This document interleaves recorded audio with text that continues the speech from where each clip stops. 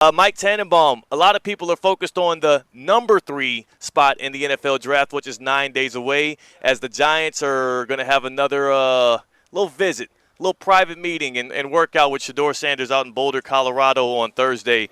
You've been in this position before where you're trying to find a quarterback in the draft. How weird is it to you that the Giants are setting up yet another meeting with Shedeur? Yeah, I tweeted this out earlier, guys. The fact that they're doing this so late is really odd. One of the things that could be a factor is maybe there's a disagreement in the building on how good he is. And the reason I say it's odd is one of the reasons you want to do these private workouts earlier is sometimes, guys, you come across additional information that asks you more questions, which is totally appropriate.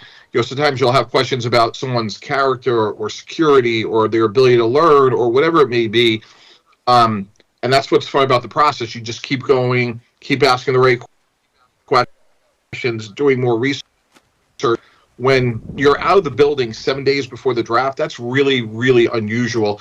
One, like I said, you want to be able to bring the prospect in earlier. But secondly, you're looking at a lot of other players, and you're looking at tiebreakers, or you're looking at fourth round wide receiver tiebreak, whatever it may be. There's a lot to do. To be out on the road this late in the process, to me, is very unusual. Yeah, to me, it's weird. I also I'm wondering, how did we learn about this? Because could this be one of those late smoke screens that the Giants are sending out there, where they're trying to get somebody to trade up to 3, potentially to draft Shedeur? Or is it a due diligence thing? Like, I don't know, would they waste their time with a trip just to make other teams interested?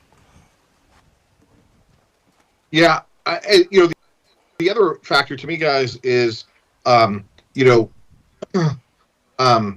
the Saints situation, sort of, like, did they think maybe Shedeur would have been there at 18 or 19, they could trade back up, and now that Derek Carr may be out for the year, that now it's either 3 or we can't get him. So a lot of questions in my mind. Micey, if you are in the Giants' position and you are thinking, I don't want to leave this draft having a great amount of regret, and you're sitting there at number 2, Travis Hunter is available and Shedeur Sanders is available, which one of those 2 guys, if you chose the other, do you think would be most likely to leave them with regret if they walk out with? Because to me, I think Travis Hunter is a can't-miss prospect. I think he is one of the most unique talents we've seen in the history of sports. And if he's sitting there at 3, the Giants have got to pull the trigger on him and maybe consider trading back up to get Shedeur, whereas I don't see it as big of a loss. Even if Shedeur becomes like a Pro Bowl quarterback, like, you'll move on. You won't really be hurting yourself over missing on that guy. Yeah, I totally agree. I take Travis Hunter. I think he's once in a generation. We're in an era where players play less, they practice less, and here's a guy that's in world-class shape, world-class competitor, world-class intelligence. Like, to be able to do what he's doing on both sides of the ball is historic. I would do everything I could within reason to get him.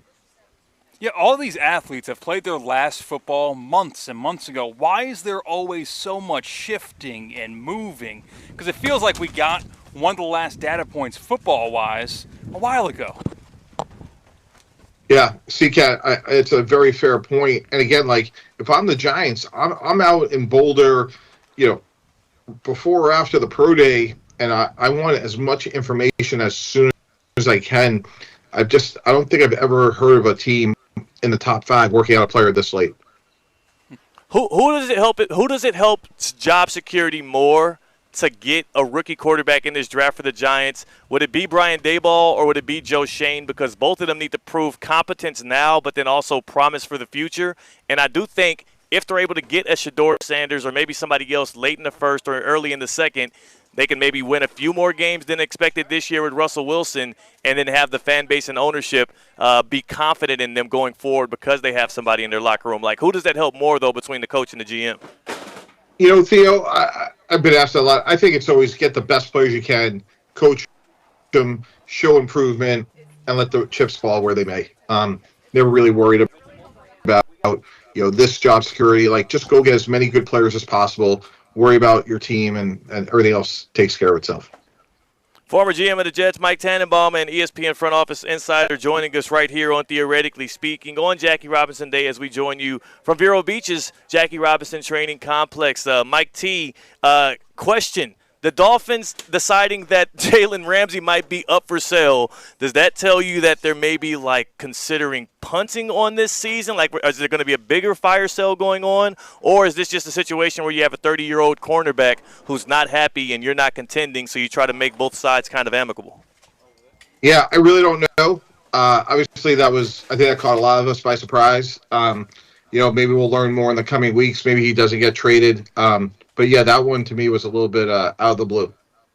They just before the start of last season, they extend Jalen Ramsey to make him the highest paid corner in the NFL. They extend Tyreek Hill to make him one of the highest paid receivers in the league. Now both of them are seemingly available. Tua Tagovailoa has his house up for sale right now in South Florida, which, again, that's not like a glowing red flag, but it's also not something that would make you confident as a Dolphins fan. Like, what can they do in this draft? What needs do they need to address, in your opinion, that can give Fins fans some semblance of hope? Probably solidify the lines. I think they're going to go with Patrick Paul at left tackle, but, Armstead's retiring. And Tua's showing he's a good player when he's healthy. And to me, that's always going to be job 1 and 2 in terms of when you have Tua. Is it too early for you to peek ahead at the next class of quarterbacks? Like, I've been looking at some of the names, like the Arch Mannings, obviously, Nico formerly out of Tennessee, Drew Aller and whatnot. Like, any of those guys, if you were a GM today, like, would they pique your interest to make you stand pat this year and wait on some of the talent for next year? Yeah, but, you hear about that, but so many variables could happen. You look at the Giants, look like they were going to have the first pick. They win their last game. Then it looked like maybe the Patriots, they win the last game. There's just so many variables you can't control.